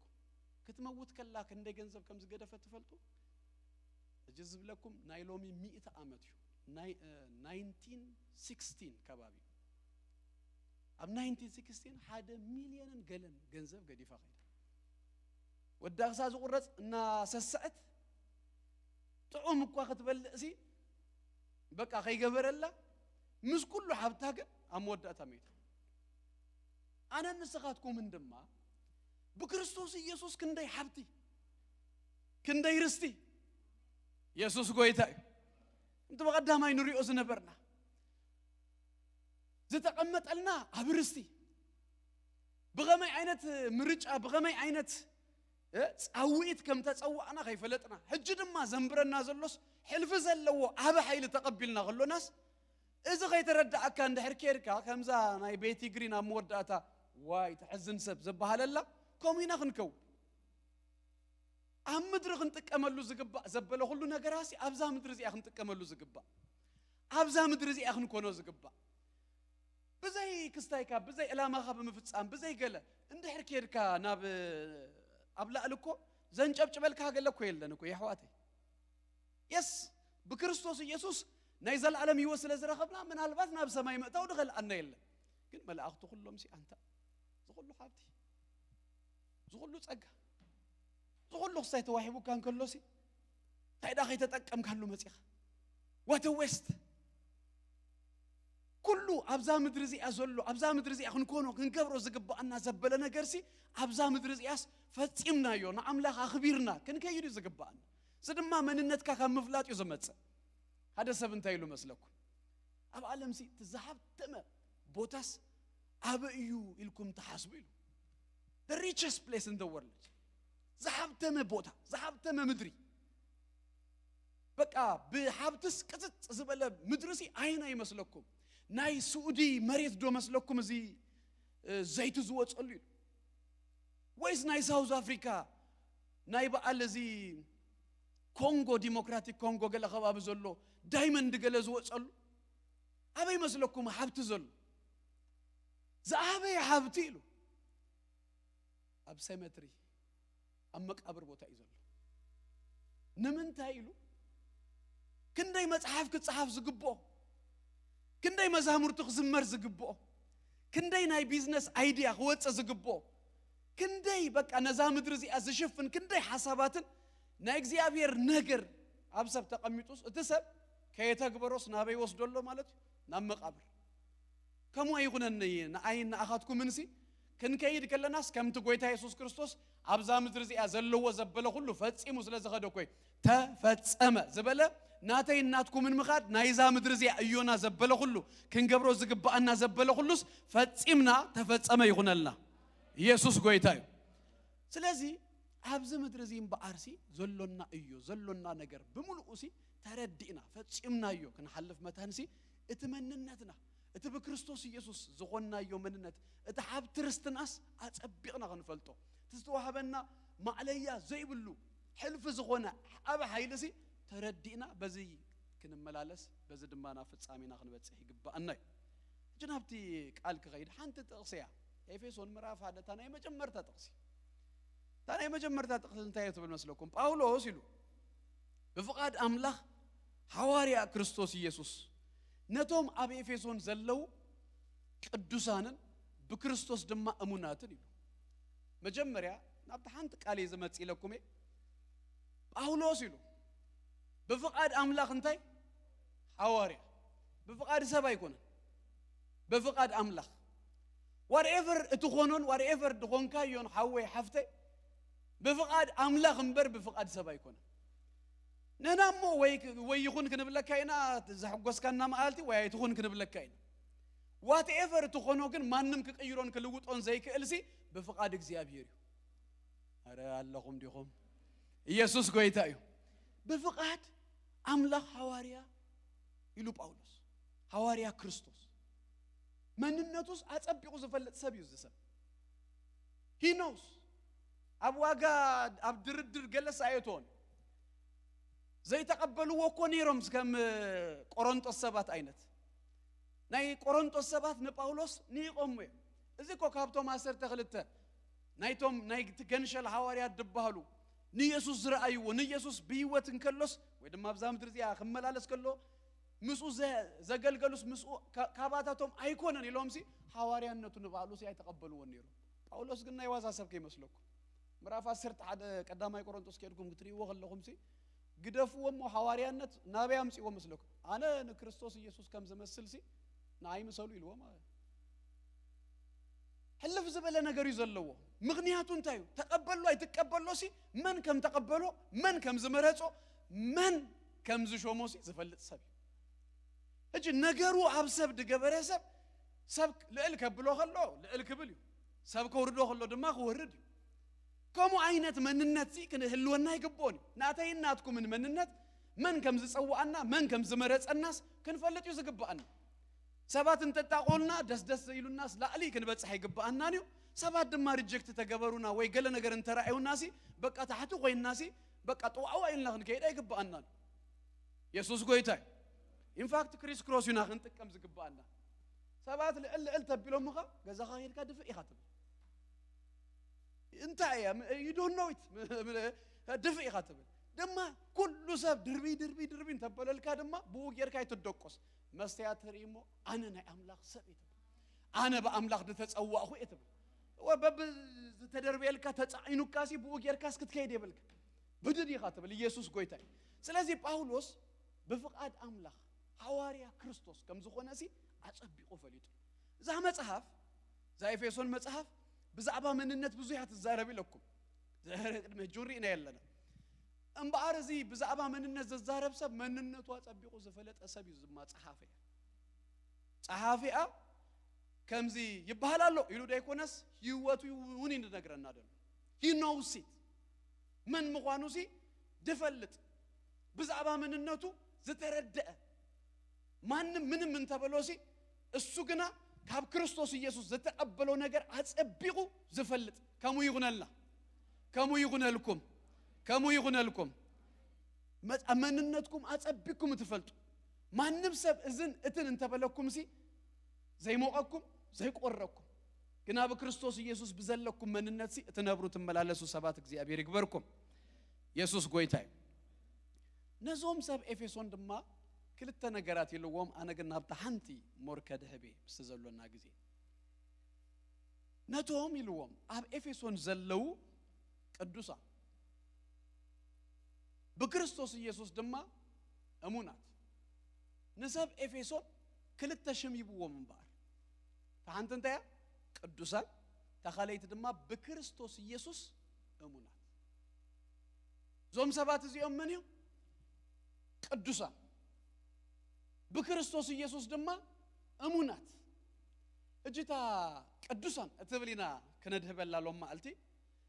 بكريستوس يسوع أمونات كن زي امالت يا سيمبل غير خبل لكم مو ناب اخن كيد امنت زلوا مالتي بخالا زراربا بكريستوس يسوع سي زأمنوا أب كريستوس يسوع زلوا أب أمنت زلوا مالتي أجي قدوسانن بكريستوس يسوع أموناتن سي كلتا سبات هيكونوا ناي حدا سب مننت يخلتيو قدوسانيا بكريستوس يسوع دما أموناتي جنابتا قدوسان اتبل كنا يبلنا من البعض دما غيزي انت رخيمنا دما نتا بكريستوس اتبل دما كنريا غنفتنينا قدوسان قدوسان سب ኤፌሶን ቁጥር አይሆንም ቅዱሳን እኮ ይሁን ቅዱሳን እጂ ቅዱስ ድብል ስም መቼም አብ ዘመናት በጋለ መንገድ ስለተለማመድና ይሁን ስለተጠቀምናሉ እንታይ ኮይኑሎ መስለኩም ከም ዝሩህ ናትና ዘይኮነ ገርናው ሲድና ይወለን ፋክት ቅዱስ ድባልሲ ሐዋርያ ቅዱስ ጳውሎስ ቅዱስ ማቴዎስ ቅዱስ ማርቆስ ቅዱስ ዮሐንስ ገለመለ بخمسة سلازة تردأنا يو حجو قدوس زبل سمسي متسوئنا مخانو غمانسي أين فلتوني ين أنا نسخاتكم مننا قدوسان مالت أبي إفسون زلوا سباسي كل عين تكوي برتو أتلو زود خامون اللو حدشت اللو زود صنه اللو بزو عين تلو نقولاتهم جن حانتي حباراوي بكريستوس يسوع زرغبوا ومننت زرغبوا وشمجن قدوسان اجي كابينو كم زبالكم كابتي ሃይማኖት ዝተለማመድና ወይ ድማ እናሰማዕናዮ ዝመጻና ነገርዩ ነቱ ቅዱስ ዝብልሲ ዘይናትና ገርናው ሲድናዩ አብ ካቶሊካዊት ቤተክርስቲያን ቅዱስ ንኽትበሃል መምዘንታት አሉ ኢንፋክት ካለ መምዘን ክገድፈልኩም እሞ هذا شو عتى قال زخون ببدرج وزبحال له blessed servant of God قال زبحال تعريتنا يما ودعتها saint قدوس تبحال أبتا قدوس تبحال كبتش كله نايتا قدوس تبحال شم زوها بومسي ثلاثة ممزنتات كنجرك تتكمل ويدما قدوس يلوم نحدث canonized كجبروه خلوسي كم من تأم زبجسو هذا مجمريا نجر بيوت كله يبحال ما نم بيوتن كلش كانونايز داي قبرون يوم سينت كستو إلو ما يتصوون ناي مود تاجي استقبرت مازر تريسا مثلني كم زي كلتاشن عصرت شو عتن قال غبابي كابت موتنا وحقيرة سلازم مجمريا كموت هاللو حموشت عمت دحمصنه يو نابتي باباس قريبو قال ملت هراعيو قنتاتو قدوس دبحال نجر سي زوابو سلازي هذا تقدم ريكوايرمنت سي كموت هاللو ميتون حموشت عمت كجبرالو قال أيضا هيوتو يمرمر كابتا church جميروتي كستاين دا بل كسا فاتيكان سي هيوتو زبلس كلوس كما يقال ملا exemplary دونيرو هيوتو قال تباهلو يرى زغل لي خير مالتي سأل زايد ما كلتها miracles أب هيوتوس قالت أمرات supernatural دهونا نجارسي تغيرو ديو يبان كلتها نجارات اندهر دايتا مسكرو زن كوينولو تزيتا بحيلوسي قدوس دبل canonization قدوس دبل الشمسي أي وهابون أبناء أرثوذكس بيتا كريستيان دما تمسيخو مبزحتو جزي قدوس زبال نأمنتو إلو دتسوى أدا حلفي أب كلتا شحن عصرت حموشتن مثلني زوم ناي آيسيس ذكروا دون قبس آويان أبت بحري هاري دمو نساتهم جي officially سلسة جبريز نقرأكم زلهم نساتهم تاناي كوبتيك ناي قبسي أرثوذكس بيت كريستيان كانونايز جراتهم يا قدوسان تباهيلهم بإمنتهم مسوعاتي كوينهم سلسة حلفو أبتو قدوسان زبل نجرسي أتيوم اجي اتو قدوس دبحالم بأرسي بغمزينا نفلتو مسوعات زغون ويدما كمزناي كاثوليكايت بيت كريستيان أيناتسي بخمزن كمزن زحلف عينت أولوس جنا نزموتو هيكونن بيوت نزلوا دبداب بيو نزنببو سباسي أبي إفسون زنبرون تايب لهم هلو قدوسا بارسي قدوس مالسي مسموتها قال زخون ديكونس እተ ቅዱስ ደብለካሴ በክርስቶስ ኢየሱስ እንታይ ምዃኑ ምእማንካዩ ናይ ክርስቶስ ኢየሱስ ታ ቃሉን እንታይ ያመስለኩም ቅዱስ ማለት ሴት አፓርት ድተፈለየ ማለት እዩ በቃ ካለ ነገር ይብላ ድተፈለየ ንዝኾነ ዕላማን ፐርፐዝንሲ ዝተፈለየ ማለት እዩ ሃጊዮስ ያታ ቅዱስ እትብልቃ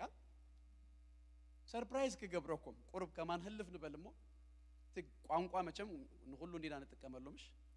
ግሪካውያን ሃጊዮስ ክብሉ ከለው በተዘመንት ማለት እዩ ናይ መንፈሳዊ ቋንቋ ጥራይ ዘረባ ከይመስለኩም ሃጊዮስ ዝተፈለየ ዝፍለ ንዝኾነ ፐርፐስ ዝተፈለየ ማለት እዩ ሓንቲ አመንዝራውን ንኣብነት ኣብ ከም በዓል ኤፌሶን ንዲያና ነቲ መቅደስ እንድሕር ከተገልግል ተተፈልያ ሃጊዮስ ያተባሃል እቲ ዕላማሲ ንኸሙ ነቲ መቅደስን ነቲ ጣዖትን ንምግልጋል እንድሕር ተፈልያስ ሃጊዮስ ያተባሃል እጅታ ሃጊዮስ ሲ ካለ ነገር የብላን እንታያ ሴት አፓርት ማለት እዩ ድተፈልየ ማለት እዩ አነ ንስኻትኩም እንደማ አምላኽ በክርስቶስ ኢየሱስ ገይሩስ እንታይ ገይሩናሎ ፈልዩናሎ ካብ ዓለም ፈልዩና ንመን ክንከውን ናቱ ክንከውን ብደሙ አዲጉ ዋጋ ከፊሉ ናይ ገዛ እርሱ ገይሩናሎ ስለዚህ ሕጂ ንሕና እንታይ ሽምና ማለት እዩ ቅዱሳን ኢና ኣብ ብሉይ ኪዳን ብዙ አይነት እዚ መቅዳስ ዝበሃል ነገር ሲ ብዙ አይነት ነገር ደዲቅ እዚ ሴት አፓርት ወይ ድማ ምፍላይ ዝበሃል ነገር ሲ ብዙ አይነት ሲ ትረኽቡ ይኹም ንኣብነት ቦታ ባዕሉ ይቅደስ እዩ ቦታ ባዕሉ ይፍለይ ኢየሩሳሌም ታ ቅድስቲት ከተማ ትበሃል ምሽ መሬት እኮ እዩ ግን አምላኽ ሲ እቲ ክብሩ ከሓድረሉ ኢሉ ዝመረጻ ከተማ መቅደሱ ዝተሰርሐላ ከተማ መህደሪው ስለዝኾነሲ ቅድስት ከተማ ትበሃል ስለዚህ እቲ ቦታ ባዕሉ ሲ እቲ ካብ ኩሉ ኸማንሴ ጊዜ ስለዚህ ላይ ብለኩም ነበር ብናቶም በብሓደ ክትመጹ ከለኹም 10 እዩ ዝበጽሕ ናይ ቅዱስ ናይ ምዃን ቦታታት እንዳበለ ኸይድከሉ ከም ዝኸይድኩም ተሃገር ባዕላ ደሃን ገለ ፓርቱ ከንሪዮ ተሃገር ባዕላ እስራኤል እንታይ ቅድስት ተሃገር ታመሬቱን ቅድስት ያ ንአምላኽ ደተፈልየት ካብ ተሃገር ድማስ ይሁዳ ካብቲ ይሁዳ አውራጃ ድማ ኢየሩሳሌም ካብቲ ኢየሩሳሌሙን እቲ መቅደስ ዝተገብረሉ ቦታ ካብቲ መቅደስ ዝተገብረሉ ቦታውን ቀጽርሎ ቅድስተ ቅዱሳን አሉ አሞወዳእታ ድማ ታቦት እግዚአብሔር ዝአርፈሉ ኣብ ዓመት ሓደ መዓልቲ ጥራይ ትካሃን ዳኣትወሉ ሲ ቅድስተ ቅዱሳን ኢሎም እጅት ቦታ ኸማንሲ ከምዚ ገይሮም እንታይ ይገብርዎ ይፈልይዎ መዓልቱን ይቅድስዎ ይፈልይዎ ሰንበት እንታይ ገበራ ተባሂሉሎ ቀድሳ ሴፓሬት ገበራ ሴት አፓርት እሳሲ ንአምላኽ ንምግልጋል ትኹነልካ ኢየሱስ ጎይታ እዩ ከሙ እንዳበለሲ ብዙ ካላ አይነት ነገራቱን ሲ ይቅደስ እዩ ማለት እዩ እቲ ንብረት ንባዕሉስ ይቅደስ ይፍለ ምናልባት ቲ ኣብ ቤተ መቅደስ ዝጥቀሙሉስ ማንኪያዲው ካራዲው ገለዲው ካብ ካለ ካራድ ተፈልየ ነገር ይብሉ ዘሴም ካራዩ ዘሴም ገለዩ ዘሴም ክስታይ ኩሉ ነገሩ ሓደ ግን መገልገልና አምላክ ከኸውን ስለዝተፈልየ ስለዝመጸ እጅ ዝተቀደሰ አፍንጫና ጨጉርና ገለ ሁሉ ነገርና ገለገለ ምስትካብ ደገዘሎሲ ዝፈልየና ነገር ይብሉ ሓደ አይነት ኢና ግን አምላኽ በክርስቶስ ኢየሱስ ገይሩ ንገዛ እርሱ ንክብሩ ስለዝፈልየና ግን ተቀድስና ኢየሱስ ክርስቶስ ጎይታ ንብረትን መሬትን መዓልትን ገለን ዝቅድስ አምላኽ ክዳንን ገለን ዝቅድስ አምላኽ ሲ ንዓይን አኻትኩም እንደማ በክርስቶስ ኢየሱስ ገይሩ ስጅ እንታይ ገይሩናሎ ቀድሱናል አለኹም ዶ ኢየሱስ ጎይታ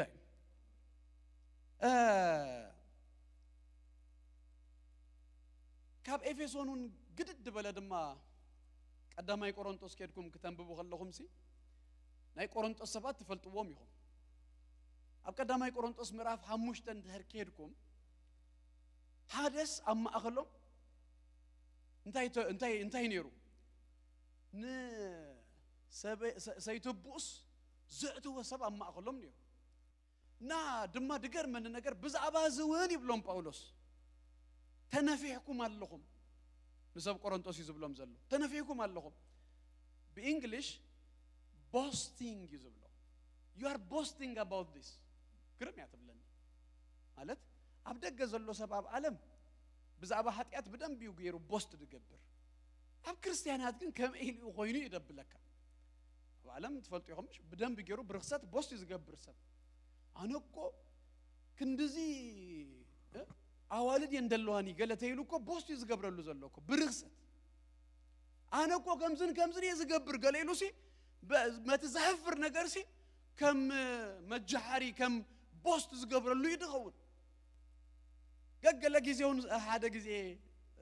ብዙሕ ባህደ ይብለኒ ሰባት ናብ ጎይታ መጽዮምን ክምስክሩ ከለውስ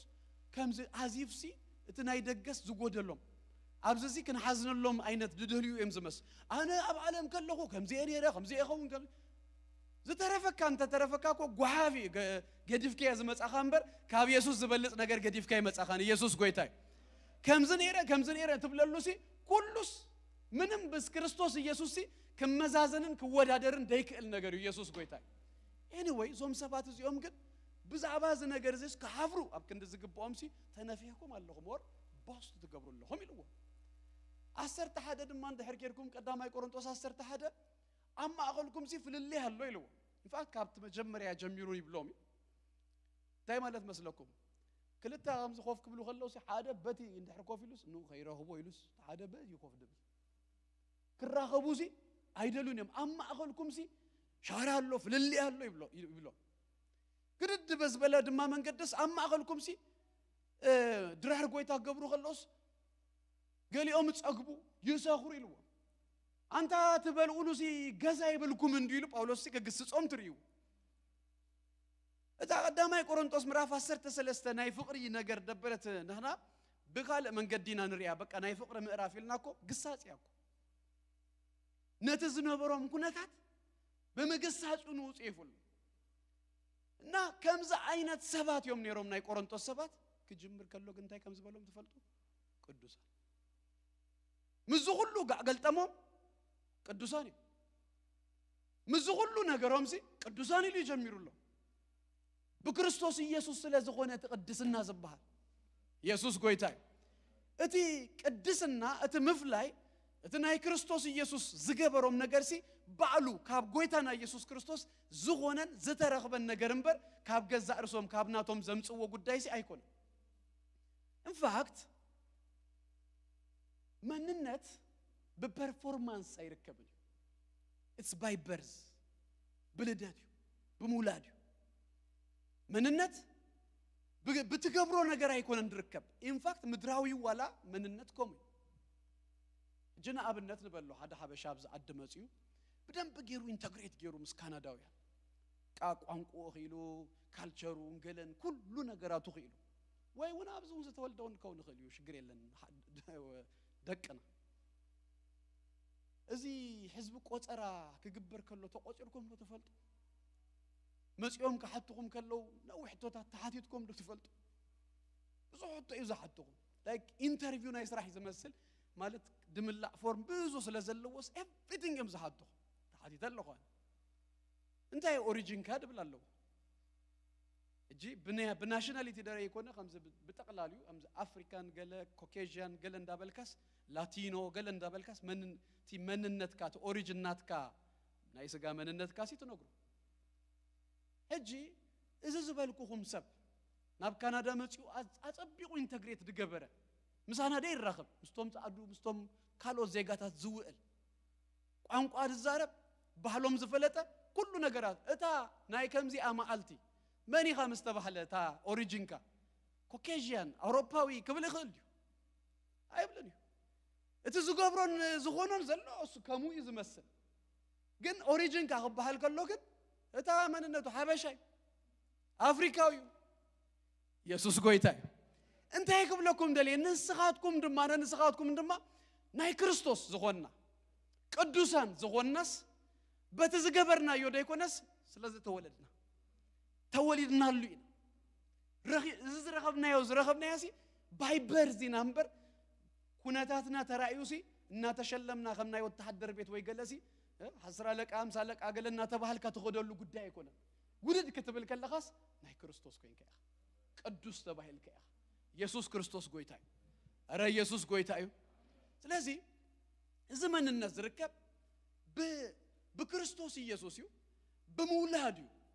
ካብኡ ስለዘተወለድና ናቱ ስለዝኾንና ዝኾነ ነገር እዩ እሱ ልክ ክንውለድ ከለናስ ናተይ ይሉ ፈልዩና ናትና ፐርፎርማንስ ናትና እንታይና ንኸውን ገለገለስ እጂ በዘየገድስ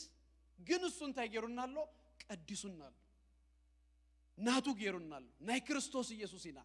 በክርስቶስ ኢየሱስ እሙናት እጂ ነገርና በይዘሎ አብ ክርስቶስ ኢየሱስ አትዩሉ በክርስቶስ ኢየሱስ ኢና ዘደኸምናሉ ጊዜው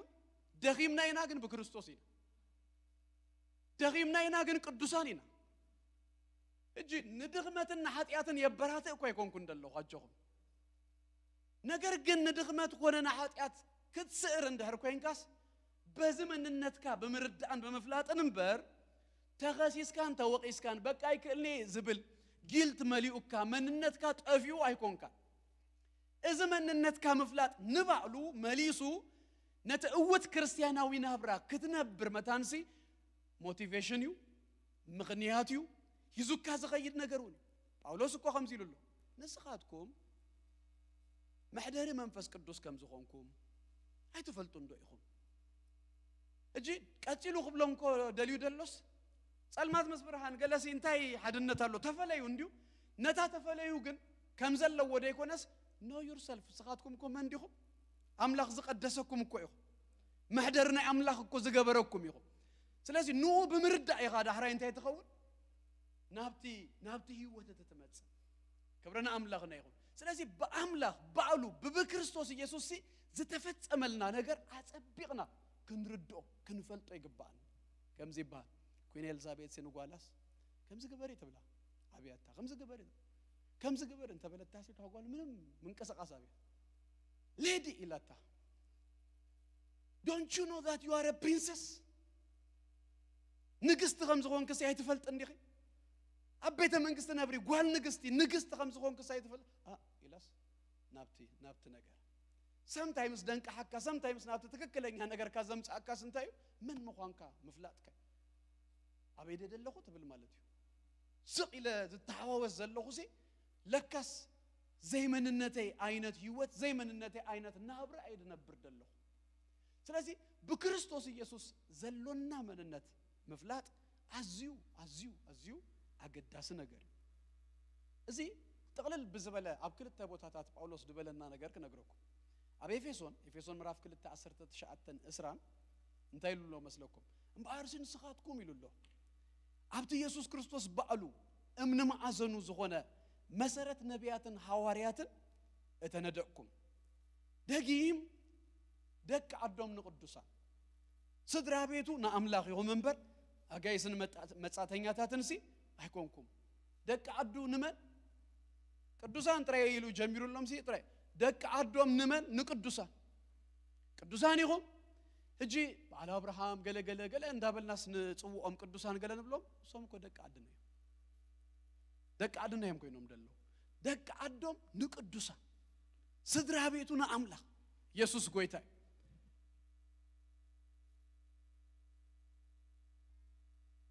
አብ ቆሎሴ ድማ ምዕራፍ 1 ተመሳሳሊ ቃል እዩ ካብ 11 ክሳብ 13 ዘሎ እንደህሪናዮ በሐጎስ ብጽንዓት ዘበለ ሁሉ ንብዘሎ ትዕግስትን አቅልን በኃይሊ ክብርቱ ነትናብ ግደርስት ቅዱሳን ናብ ብርሃን ዘብቃአና አቦ እናመስገንኩም ንሱ ካብ ስልጣን ጸልማት ዘውጻአና ናብቲ መንግስት ፍቁር ወዱን አእተወና ታቁጽረ 12 ዘላግር አይዋ ነቲ ናብ ግደ ርስቲ ቅዱሳን አብርሃን ና ዘብቃአና አቦ እናመስገንና አበይና በጽና ዘለና አለኹም ናበይና በጽና ዘለና ቁጥር 12 ናብርስቱ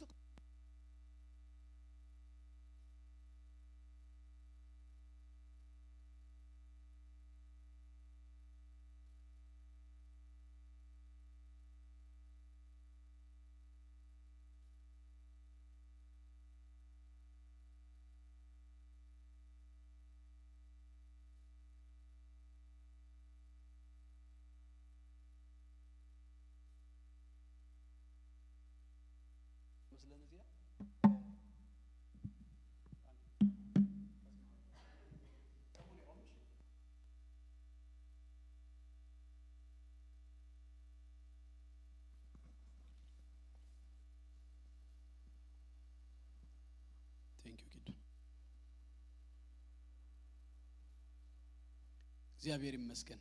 ጉዴ መታንታ ዲስከሽን ክንገብር መታን እግዚአብሔር ይባረክ ስለዚህ ነህና ከምዚ ቃል እግዚአብሔር ዝብለና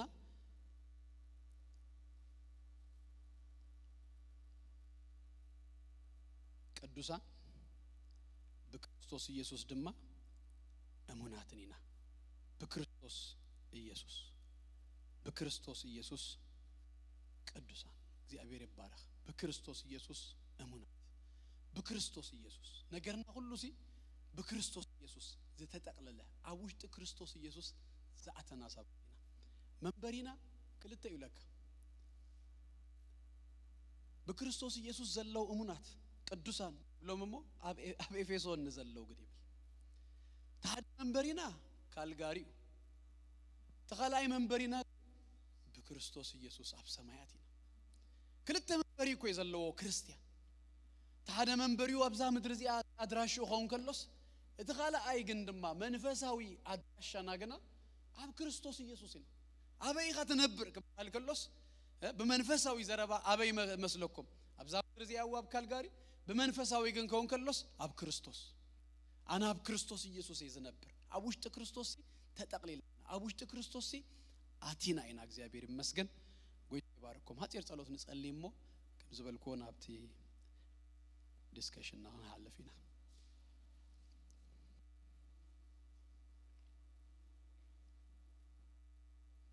ሃሌሉያ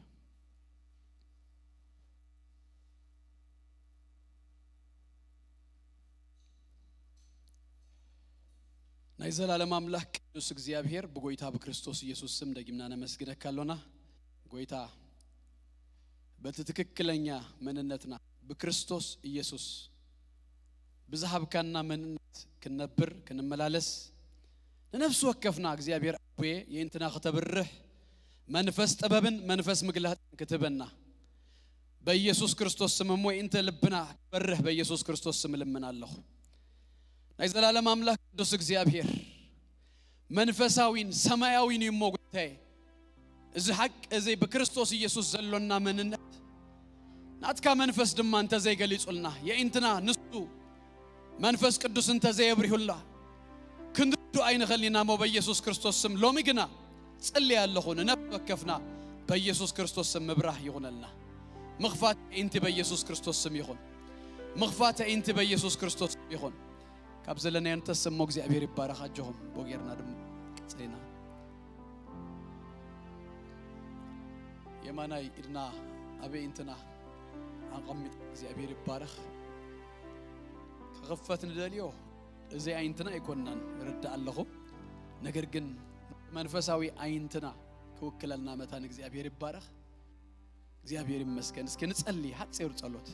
ጎይታ በሉ የእንታይ ከፈቱ مخفات يديون أبرح الله برهان كهني من مغاني بكريستوس يسوع زجبر كاني بكريستوس يسوع زجبر كان أتصبح خرد أني متان منفس أباب منفس مقلات كتبني موين تلبونا يكبر بالوقت زي أفير بارخ هاللويا اللي أجاهم እግዚአብሔር ይባረክ